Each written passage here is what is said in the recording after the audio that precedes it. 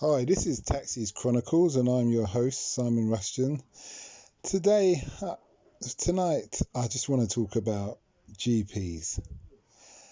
And I had a guy, quite oldish guy. Well, he'd been in the business 40 years.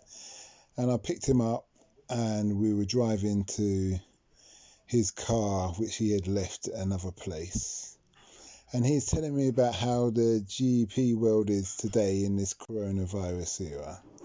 And he's saying how everybody now has to phone their GP, and he will, based on their symptoms, he will either recommend them to come in, or he will recommend them to go to a hospital, or he will prescribe them something and tell them to come to the GP centre where he won't be. Well, regardless, they can pick up their prescription and go on to where they're going.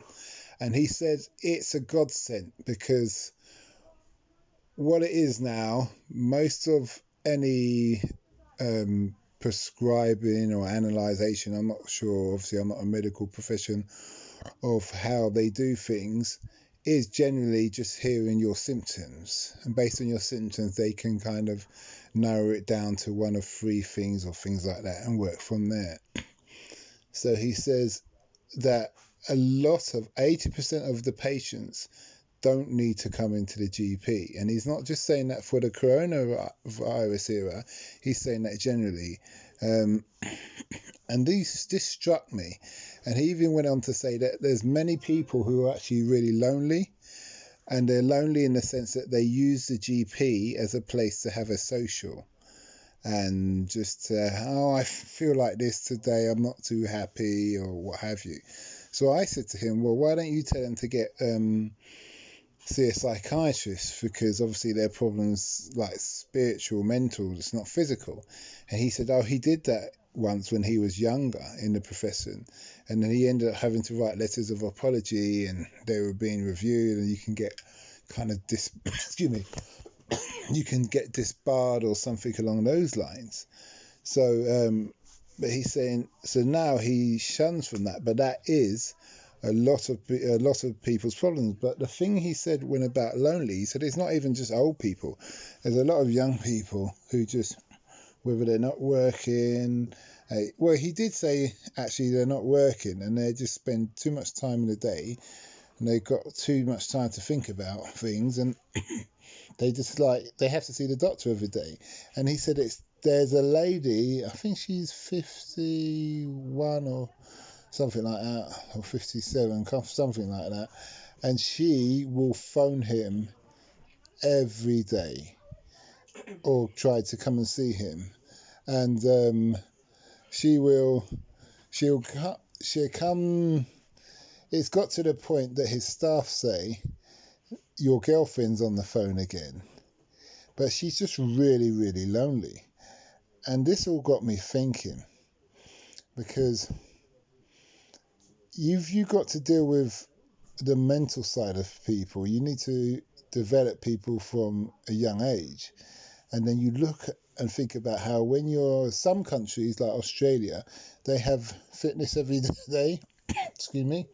They encourage people to exercise. Well, they have in the classes the children exercise every day, and therefore you're going to get a better living, a better health, and for the nation, and people are going to be less likely to go to put pressure on the NHS.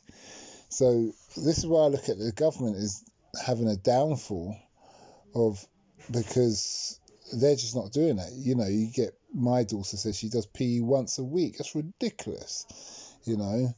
And I just looking at that, and I just thought I'd share this because it's something that really surprised me.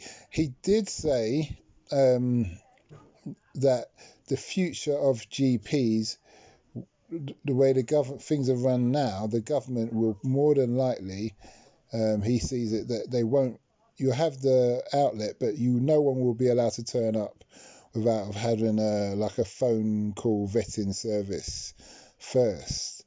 And he says, and then from that you'll be able to, basically they're like diagnosing you over the phone within reason. So I just thought I'd share because it's an interesting aspect to how things go. And yeah, and that's it really. Just a short and sweet one. Please like and subscribe and share. Let me know your thoughts by all means. And why not try, if you're interested in investment and you're interested in the future of the world of where to invest and get your best return, why not try listening to our other podcast, our sister podcast called Africa Investing Stories.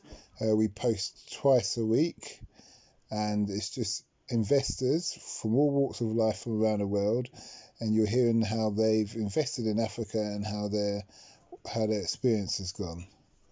Oh, thanks a lot. Goodbye.